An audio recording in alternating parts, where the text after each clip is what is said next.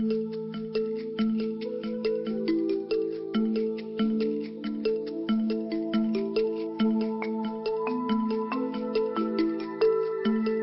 the Hamilton Young Liberals Summit 3 months ago, there was 130 of us. Today, look around you. We're 300 and growing. If you want to aspire for political office or run, you should be involved in whatever community organizations drive your passion.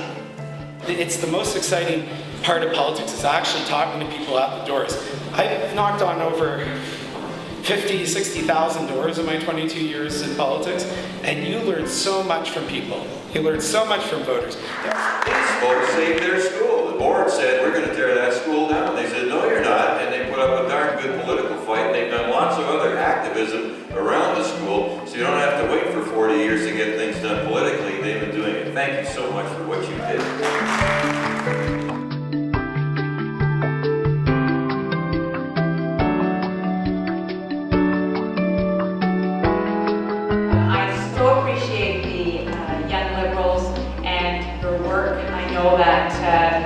I know that the Young Liberals have been hugely important in all of our campaigns and will continue to be. Thank you for being an avid supporter of the Hamilton Young Liberals. You are very, very welcome. Yay, Hamilton Young Liberals.